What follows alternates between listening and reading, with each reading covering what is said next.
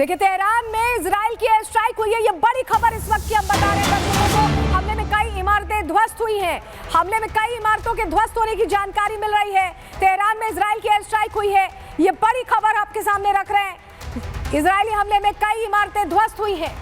इस वक्त की बड़ी जानकारी आपके सामने रख रहे हैं। ये तस्वीर देखिए। अब आपको जरा ये तस्वीर दिखाते हैं जब हम कह रहे हैं इजरायली हमले में तेहरान में कितना नुकसान पहुंचा। ये देखिए, आप ये पूरा इलाका देख रहे हैं, ये रिहायशी इलाका और सब कुछ धुआं धुआं होता दिखाई दे रहा है। आप खुद देखिए, पूरा इलाका तेहरान का कैसे मलबे में तब्दील हो रहा है, क्योंकि यहाँ पर विस्फोट हो रहे हैं, यहाँ मिसाइलें दागी जा रही हैं और बहुत नुकसान पहुंचा है। ये सबसे पहली तस्वीरें, ये नए हमले की पहली तस्वीरें हैं, नया वीडियो है जो हम आपको दिखा रहे हैं और ये बिल्कुल ताजा अटैक है। आप देखिए, ये बिल्कुल ताजा अटैक है। सुनिए जरा किस तरह से वहां हालात है।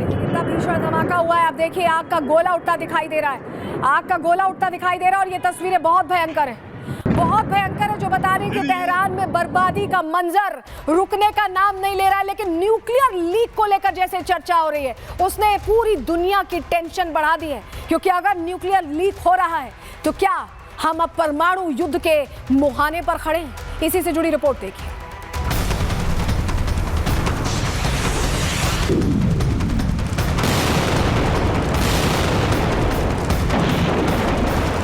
खलीफा की मौत के बाद अब मिडिल ईस्ट का मैदान धधक रहा है।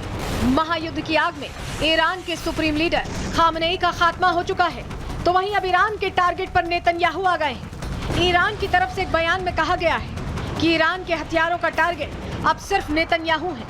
ईरान से लेकर इजराइल तक आसमान में जंगी शोर है। लेकिन इस जंग के बीच अब सवाल उठ रहे हैं कि क्या ईरान का इंतकाम दुनिया को जला देगा?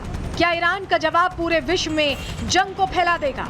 और क्या ईरान के न्यूक्लियर ठिकानों से पूरी दुनिया को बर्बाद कर देने वाला परमाणु केमिकल लीक हो चुका है? दुनिया की नजरें अब IAEA की रिपोर्ट पर टिकी हैं, जहां रेडिएशन लीक की अफवाहें हवा में तैर रही हैं। वहीं ईरान के न्यूक्लियर प्लांट्स पर सवालों की बरसात हो रही है। क्या अमेरिका इजराइल के हमलों ने ईरान के छिपे हुए न्यूक्लियर हथियारों को उजागर कर दिया है? क्या ये लीक सिर्फ ईरान तक सीमित रहेगा या पड़ोसी देशों को भी अपनी जद में ले लेगा? और क्या ये पूरी मानवता के लिए एक नया शेरनोबिल बन जाएगा?